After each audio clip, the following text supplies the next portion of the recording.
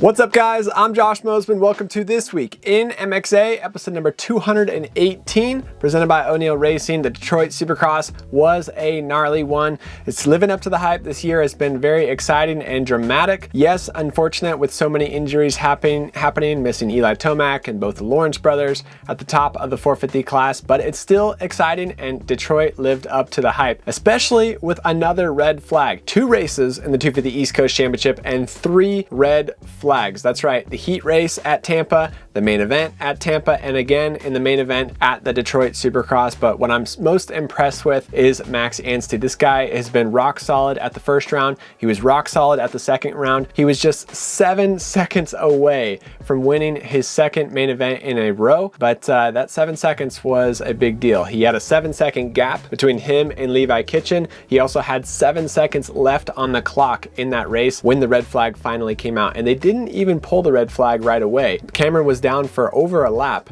before they decided to pull the red flag out, so it was so close for Max winning that second race of the year. But I think it almost could even benefit Max in the championship. Yes, he lost 3 points to Levi Kitchen, but it only made him more motivated to go out and win the next time that they race at the Daytona Supercross coming up in 2 weeks. So you can't really blame Levi Kitchen for going for the win. He needed to bounce back and make up some points after struggling at Tampa, and he did. He made the most of it. He got that red flag. He got a gift to be able to restart that race and have a chance to go for the win, and he made it happen. Even RJ Hampshire, he passed Max Anstey for a split second, but Max was so fast on the whoops, he was able to get back by him and hold on to that second place in the main event. But front of the pack, things are very exciting in the 250 class. Impressed with Max Anstey and how consistent he's been. He now has a 9-point lead over Levi Kitchen. He's got a 12-point gap over Tom Vial and a 15-point gap over Chance Hymas. Nate Thrasher raced with a broken finger and actually re-broke the finger and made it worse through the race, and Nate Thrasher is 16 points back in the championship, sitting 5th. RJ Hampshire, he's 23 points back further down the line in this 250 East Coast Championship. So things are crazy at the front of the pack, but impressed with how things have gone so far. Looking for more out of Tom Vial when they come back to Daytona in a couple weeks, but 250 East Coast Championship sure is exciting. The 450 class was another one of battles at the front of the pack. Ken Roczen versus Cooper Webb. We've seen it happen many times. Cooper gets him late in the race, snags the main event win out from under Ken Roczen's feet, and it happened once again. But even though Cooper has done this many times, even though Ken Roczen's been in the situation many times, you got to think that Cooper is still nervous, and he still has those self-doubts. He's human, just like the rest of us. Yes, he's confident. Yes, he's amazing, but he's human like the rest of us. And he even said after the race he would have preferred to be out front than to be riding second throughout that main event, and Ken Roczen was able to keep him behind him for a long time. Even when Cooper went for the pass late in the race, Ken Roczen passed him back, but it was that final spot where it looked like Ken really left the door open, but if you look closer, there was some ruts in that double into the corner, and those ruts made it so that Ken couldn't jump to the right-hand side of the turn and jump and block the inside, ultimately win his first main event of the year. So congratulations to Cooper Webb. We've now had 5 different winners in 6 different races in the 450 class, so things are exciting, but it'll be interesting to see who gets it done next weekend at Arlington. Of course, Chase Sexton, he is tied for the points lead now with Cooper Webb. They're both sharing the red plate going into Arlington this weekend. Ken Roczen had a huge bounce back. Even after the race, he talked about how his mentality, he's not going to let his highs get too high, not going to let his lows get too low. I think Ken is better now than ever, knowing exactly what his body needs, what his bike needs, and also what he needs mentally to keep fighting for this championship and keep fighting forward. Obviously, the momentum was tucked out, pulled out from under him last weekend at Tampa when lap riders and the sand section got him, took him out of the race with that DNF, with the chain coming off. It was just a chain reaction of bad things that happened all at once. Thankfully, Ken was healthy. He's okay. He didn't get injured there, but definitely tough. He came into the Detroit Supercross 18 points back in the championship. He made up 2 points, so now he's only 16 points behind Chase and Cooper, who are tied with the red plate. I was a little bit confused with Chase Sexton on 2 things. Confused why he hit the gate. Obviously, that's a mistake, but there was no flinch. It wasn't being held very long. He just went for it. It looked like he was trying to time it to drop perfectly, and he went way too early and hit the gate. So that was a little bit unusual to see, but then he lost his visor, and it was a little weird because he still had the visor when he crashed on the first lap, but then later in the race you see him come on TV again and he didn't have the visor. So that was a little bit interesting, but still Chase Sexton fought all the way through the pack. He said it after the race that it gives him a lot of confidence that he can come from dead last all the way up to a podium position. So still has the points lead, but man, things are tight at the front of the pack, and it's going to be interesting coming into Texas this weekend. We also got to give a shout out to Jason Anderson, running third for most of the race, and he is a fighter. He will not let anybody by easily, especially when it's time to battle for a podium, and it was just cool to see how much of a fight he was putting up against Chase Sexton. Unfortunately, he went down at the very end of the race. I think it might have been the last lap. So Jason Anderson, always fun to watch. He makes things exciting. He'll never make it easy on the guys passing him. Also, we got to bring up Cameron McAdoo. Such a bummer to see him get hurt. It's always a catch-22. I want to praise guys for being gnarly, for riding through injuries, and you want to praise them for being a soldier and pressing forward, but you also want to caution guys and tell them maybe to take a step back when they are injured. It's such a tough sport. Everybody's riding with some sort of injury. RJ Hampshire said it many times. He's dealing with a wrist injury from last year, and it's still healing. Chance Hymas is coming off an ACL tear. He only had a couple days on the bike. Cameron McAdoo, he had a bike malfunction before Tampa Supercross that caused him to tear his ACL, so it wasn't even his fault, and that's what's such a bummer. But then you're out there, he gets a podium at Tampa, and then obviously goes down when running up front. He was actually in podium position, went down, then was fighting back through the pack and went down in the whoops, and that's what caused the red flag. So hopefully Cameron is going to be okay. He posted after the race that he broke a couple teeth when he got that uppercut to the chin, and he said he's going to see everyone in a couple weeks and he's going to keep on keeping on. So hopefully he can rest up and get that head on straight. Obviously he took a big hit to the head. You could tell visually from TV that he rung his bell. So hopefully Cameron McAdoo will be back to healthy here soon, and just wish the best for him in his recovery and as he continues to work on his knee as well. So man,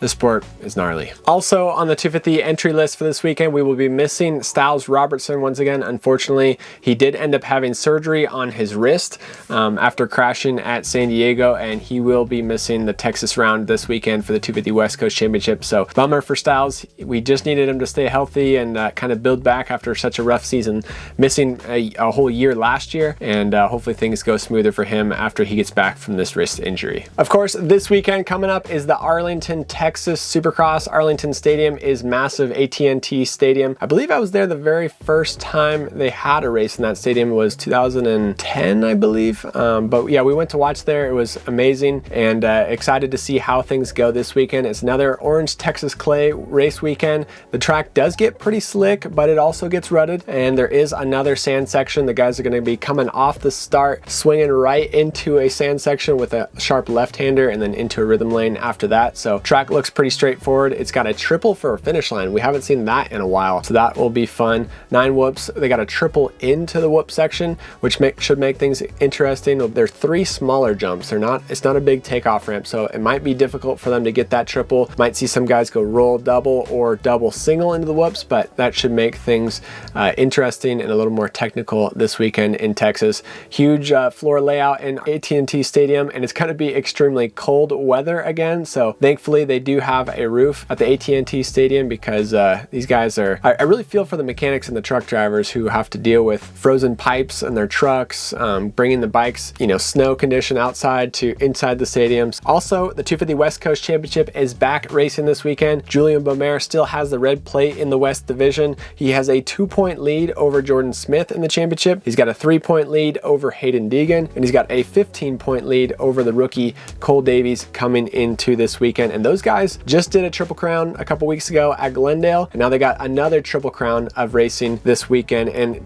Cooper Webb, that is one rider who's done exceptionally well when it comes time to racing at the AT&T Stadium in Texas. Cooper has won at this race 6 times out of 10 starts racing here, but there's a little asterisk next to it, because 3 of those wins came in 2021, and that was the year after COVID, when they would go to one stadium and stay there for multiple weeks in a row. So Cooper won this race last year in 2024. He won it in 2023. He was 3rd in 2022, and he won all 3 races in 2021. He won on Saturday, he won on Wednesday, he won on Saturday again, and he also won in 2019 there when he passed Ken Roczen at the very last second, right across the line. It was the photo finish. So thanks to our guide, Ben Bridges, for always hooking me up with stats to post on our Instagram, on our website, and mentioned here in our video. So Ben Bridges, thank you for the stats. Cooper Webb, he's got some great stats coming into Texas this weekend, and it'll be interesting to see if he can keep that red plate, or if Chase Sexton will take it, or if Ken Roczen can somehow make up 16 points and grab it back from them on his RMZ 450. So keep those stats in mind when you're picking your MXA Fantasy League teams for this weekend. You can pick the top 6 riders in the 450 class, top 6 riders in the 250 West division. The MXA Fantasy League app is free to download and free to play, and this year it is brought to you by Onyx Off-Road. Onyx Off-Road has thousands and thousands of miles of trails, but it's an app that you can use our discount code for MXA20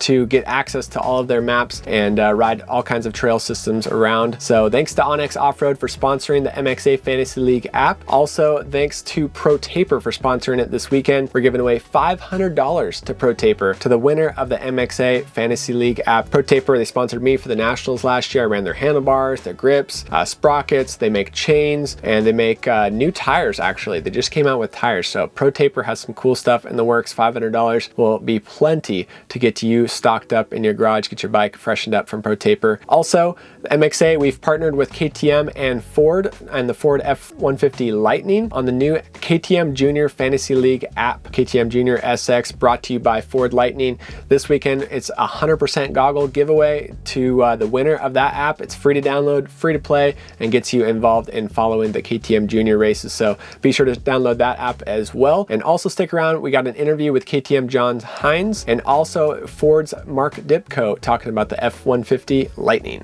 Hey, John Hines here with KTM. We're in Detroit for this round of Supercross. It's our 5th round for the KTM Juniors. This program, of course, is presented by Wells Fargo, but most importantly, it's powered by Ford. And just right here behind me is the brand new F-150 Lightning. And this vehicle actually charges everything here on display. We've got the SXT5 KTM in the back of the truck. This is what we're going to be racing with tonight with all of our young athletes and our young kids. And it is the perfect lifestyle vehicle for anyone that's interested in this product. You can go to the track. The truck bed is huge. Go to the track. Let your young child or young athlete ride for a little bit. When they come in and take a break, you can plug it in, charge it up. You can have your cooler plugged in, any accessories you want at the track plugged in. So it's an absolutely fantastic lifestyle piece for riding motorcycles and being part of this electric revolution right along with us. It's really an honor to be here and to showcase this product. There's so many fans coming in. We're right next to the entrance here to the track, and everybody's coming in checking out this brand new product. On the front of the truck, we've got our KTM Free Ride E, the brand new product that we just launched, plugged in. We've got our SXE2 up there. So for all these families with all their kids, are coming in, sitting on everything, checking it out, and really they're going to have a great show tonight. Checking out the KTM Juniors presented by Wells Fargo and of course powered by Ford. Well, Ford Field's a really special place for Ford Motor Company in general. It's a 120-year-old company founded in Detroit, and this field in particular is really special to Bill Ford, the great-grandson of Henry Ford. Built this place, was really a part of the renaissance of Detroit and bringing the city back. And so to host the Supercross here is just an incredible venue, incredible place, and so we're really, really happy to be here. Yeah, the Junior Supercross program it's just a really exciting program. It's about the future of the sport, and my role at Ford is to really set the future forward in terms of bringing together those new products for the future customers. So this super great connection of just what it's all about, but then there's also this connection of they're riding electric bikes, and we have these awesome electric vehicles like the Lightning behind us here. And so there's a really close synergy between really the program itself and the products they're riding and how it really fits between KTM and Ford. So thank you guys for tuning in to this video. Lots of fun for me. I raced a week and a half ago at the Mammoth Qualifier at Glen Helen. That was a good time. This weekend we're racing Saturday at the Glen, also racing SRA on Sunday. So lots of racing, lots of testing. We love testing bikes in race conditions, and also the weekend after that, gonna do some NGPC off-road racing at Glen Helen. So excited to get the Yamaha 450 out and get some redemption from Havasu last year. Looking forward to that. Thank you guys for tuning in. Motocross Action Mag on Instagram, motocrossactionmag.com online. We'll be covering all the races and results. More bike testing in the works. Stay tuned for our 2025 Beta 450 RX video coming soon. Thanks for watching. See you in the next one.